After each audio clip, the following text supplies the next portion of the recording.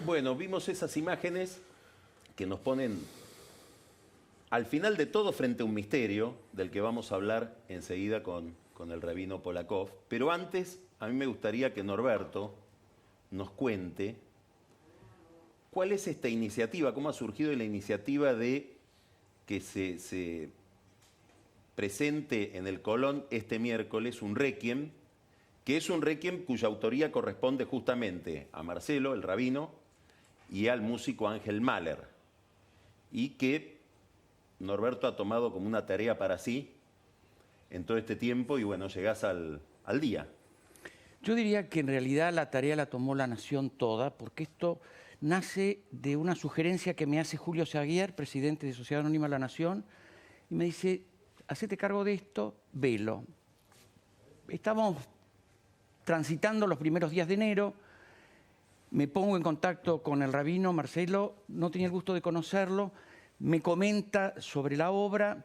Mahler llevaba trabajando 4 años en la musicalización de este requiem en Cádiz, el rabino estuvo trabajando varios meses, pero había que articular un poco la decisión de llevar esto adelante.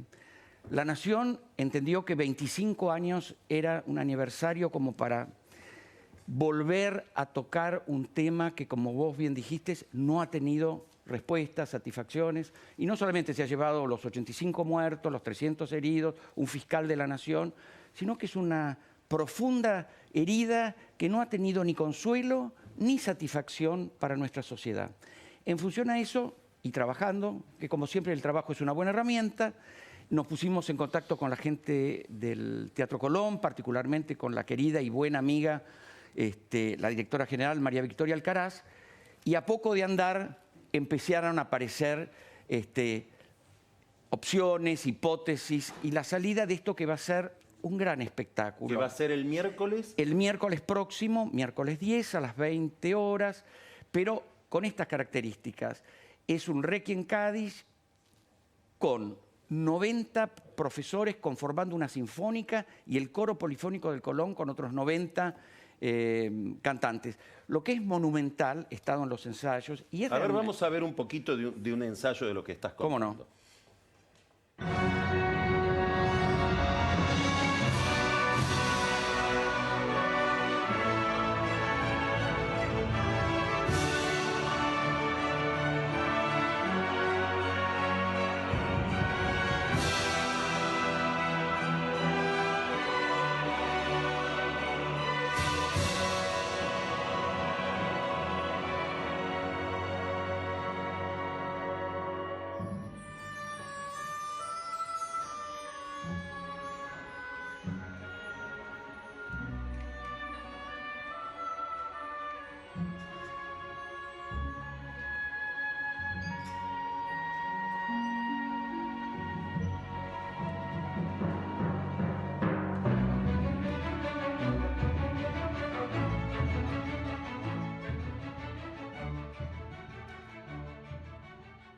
advertirás, Carlos, que no he mentido respecto a la sonoridad de esta propuesta magnífico. musical.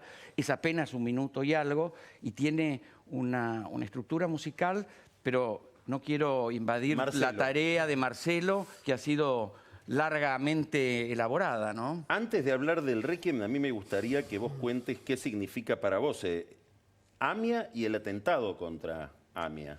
Porque vos podrías haber estado ahí ese día, tengo entendido. Sí, de hecho la AMIA me había enviado a un congreso de educación judía que era en Holanda y yo tenía 3, 4 días nomás. Yo tenía fecha de vuelta el 18 de julio, pero el pasaje era para llegar a la noche. Me enteré en la escala en Madrid acerca del atentado. Fueron 11 horas de viaje larguísimo, larguísimo, eterno, que de algún modo no terminó. Podría haber estado ahí tranquilamente. Yo me considero un sobreviviente más, no físicamente porque no estaba, pero debía haber estado. La AMIA es un signo de interrogante enorme y lo que increíblemente escuchamos recién, no se percibía. El coro en ese momento canta, porque hay algunos pequeños textos en hebreo. Ahí esa parte musical dice Ayeka. Ayeka es una pregunta que aparece en el texto bíblico al principio nomás, cuando Adán se esconde y Dios le pregunta Ayeka, que quiere decir ¿dónde estás? ¿No? Y esa pregunta es la primera pregunta divina en términos míticos, ¿no? Pero ¿dónde estamos? Y sigue permanente, ya no a Adán, sino en este caso a todos nosotros como sociedad argentina. ¿Dónde estamos con respecto a la AMIA? A un atentado que ya lleva 25 años de impunidad, de barro tras barro tras barro.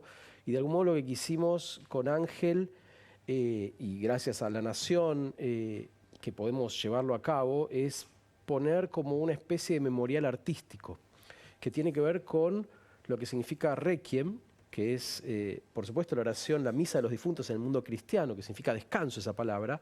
¿Qué es Kadish? Kadish significa sagrado, y me parece que se une, porque acá lo más sagrado que tenemos es la vida, y tenemos que darle descanso de algún modo. Por un lado, a aquellos que ya partieron, no por decisión divina, sino por un atentado, y por otro lado, darle la sacralidad y algo de reconfortar no solo esas almas, sino a sus seres queridos, sus familiares, y a todos nosotros que en algún modo también somos de la misma fraternidad. En la misma obra hay citas de Caín y Abel, porque, bueno, hay hermanos que se tratan como Caín y Abel, ¿no? Somos hoy testigos de eso, pero tenemos que buscar la fraternidad de otro modo. Y en este sentido, la obra creo que intenta reflejar, a pesar del dolor y a pesar de la impunidad, algunos valores que debemos seguir sosteniendo. La sacralidad de la vida, la importancia de hacernos cargo de nuestras propias acciones, la imposibilidad de que Dios olvide y de que todo está registrado de algún modo, la idea de que en algún momento nos vamos a reencontrar, la idea de que la esperanza vale más todavía que la impunidad. Y la idea que nos recordaba Norbis, me acuerdo, que es un texto del Cantar de los Cantares, en donde dice que el amor es más fuerte que la muerte. Y estos son algunos de los... Ahora, la impunidad habla digamos, está el dolor de lo que sucedió, del mal, Sí. así en estado puro, y está el dolor de que eso no tenga sanción. Exacto. Es otro. ¿Cómo interpretás vos? ¿Qué significa que la Argentina tenga semejante problema con la justicia? En general, y que se encarna en este caso de manera así tan intensa. Mirá, hay un texto talmúdico ancestral de casi 2000 años que dice que la espada y el dolor llega al mundo tan solo por la demora y la corrupción de la justicia. Y cuando la justicia se demora y se corrompe, es difícil sostener un proyecto de nación. Es difícil porque, en última instancia, lo que garantiza que una sociedad funcione son un montón de cosas. Pero me parece que la base está en términos de la justicia. Cuando uno siente que no hay justicia, es como que hasta portarse bien no vale la pena, hasta respetar la Y tu ley. experiencia en relación con él, porque vos además militaste Sí. durante todos estos años, digamos, políticamente en este tema, Sí. para conseguir una reivindicación Al principio fui parte judicial. de quienes estuvimos en esta agrupación Memoria Activa, después un poco a través de la misma comunidad judía, con los familiares de la AMIA. la verdad es que hay distintos canales que todos apuntan en última instancia a lo mismo. ¿Y qué balance haces de esa experiencia? Que me parece que a pesar de todo hay que seguir haciéndolo, no hay que cejar en eso. Otra cita bíblica dice, Tohele memuyajá mahalalev, quiere decir, la esperanza que se demora enferma el corazón. Pero yo prefiero tener el corazón enfermo. Prefiero tener el corazón enfermo porque todavía estamos enfermos en el sentido de querer justicia, de seguir luchando contra la impunidad, y yo prefiero un corazón no indiferente, ¿no? Porque acá la indiferencia y la apatía han hecho lo suyo. Y cuando esto se demora, entonces uno más. Y la verdad que no es uno más, porque cada uno de las 85 víctimas, fíjate qué loco que en un momento eran 86. Durante años fueron 86 hasta que apareció en Paraguay, me acuerdo, un panadero que había sido teóricamente asesinado en la AMIA y de golpe reapareció cobrando su familia la indemnización. O sea, no se sabía ni siquiera a años cuántas víctimas había. Recuerdo situaciones dramáticas, el presidente Menem pidiéndole condolencias, mandándole condolencias al gobierno israelí, cuando no había un solo israelí muerto ahí. Eran el 95% argentinos, había algunos bolivianos, paraguayos. La muerte de Nisman, el asesinato de Nisman, que le suma todavía mayor dolor, ya por sobre el dolor. Entonces, todo este conjunto que preguntás de impunidad, en cierto modo, no logra cerrar las heridas imposibles de cerrarse, pero por lo menos de cicatrizarlas en los familiares y en la sociedad. ¿Y qué ves en la política argentina, en la dirigencia política, en nuestros representantes respecto de este tema? ¿Es un tema que aparece los 18 de julio y después se borra de la agenda? Y a veces suele suceder eso, ha pasado en muchos gobiernos. Yo recuerdo incluso el gobierno de Cristina, que había empezado con el gobierno de Néstor, con mucha presión, incluso en los foros internacionales, para traer a quienes están sospechados, que son todos funcionarios de ex gobiernos iraníes, a declarar acá, solamente a declarar. Había mucha presión y de golpe todo el tema se fue modificando y terminó inverso con el memorándum. Entonces, todo lo que había empezado de algún modo como... ¿Por qué sucedió eso? ¿Qué interpretación te das vos a vos mismo? No, es muy difícil de saberlo. Debe haber una cantidad enorme de intereses que abonan a lo corrupto de varios de los temas que circularon alrededor de la AMIA. No nos olvidemos que hubo jueces, como el juez Galeano, fiscales acusados ya con ciertos procesamientos, incluso... barro sobre barro sobre barro, cassettes, me acuerdo al principio, cassettes que desaparecían de las sedes policiales. Muchos cassettes. Es difícil, es difícil. Perdón A pesar por la de eso... interrupción, perdón por la interrupción, pero me parece que es justo decir que la AMIA es también un ejemplo para toda la Argentina, en cuanto a que exhibe una forma de toda la sociedad que no tiene satisfacciones a través de la justicia, que no encuentra respuestas, que su dolor nunca es satisfecho con consuelo. Y me parece que dolorosamente lo tenemos que situar casi como un leading case, como algo excepcional, pero en realidad conviven con nosotras varias AMIAs. Por supuesto. Porque hay infinidad de hechos y de situaciones que tampoco han tenido respuesta en nuestra Absolutamente. sociedad. Absolutamente. La convivencia en la Argentina es una convivencia conflictiva, difícil. La paz no es un elemento ni una moneda que circule con facilidad. Y me parece que el sentido de este encuentro musical tiene que ver un poco con aquello de llevar consuelo. La nación, con 150 años de historia, obviamente trata, por supuesto, permanentemente de llegar a la verdad. Pero en todo caso, con esta presencia puntual, lo que trata es de llevar consuelo, contención, un poco de piedad a todos los que en esta sociedad sufren y sufrimos, ¿no? Por estos hechos. La justicia no da respuesta. ¿Y la religión qué respuesta da desde tu perspectiva de rabino? Mirá, intentamos... A la gente que concretamente tiene el dolor de ser víctima, ¿no? Intentamos, porque solo intentamos, ayudar en el proceso de consuelo. No es mucho más, pero ni mucho menos. Ponerse a hacer teología con aquel que sufre no tiene ningún sentido. Aquella persona que sufre hay que acompañarla, hay que abrazarla y a veces hay que permanecer en un respetuoso silencio. Claro. Y en ese sentido, yo creo que hay que volver a destacar el concepto de lo kadosh, de lo sagrado, porque a pesar de todo, uno debe seguir enganchado con la vida. Es muy habitual y hasta, yo te diría, justificable y entendible que gente que tuvo tragedias cerca se enoje con la idea de Dios, se enoje Sí. con la familia, con el resto, con todo, con la sociedad, con el país, con todo. Sin embargo, me parece que lo que podemos hacer nosotros desde las tradiciones religiosas, cualquiera sea ella, es abrazar a todos y a partir de ese dolor compartido, entender que más allá de eso uno no puede darle ese sentido a la propia vida. Es decir, si no es como un triunfo más de aquellos que asesinan.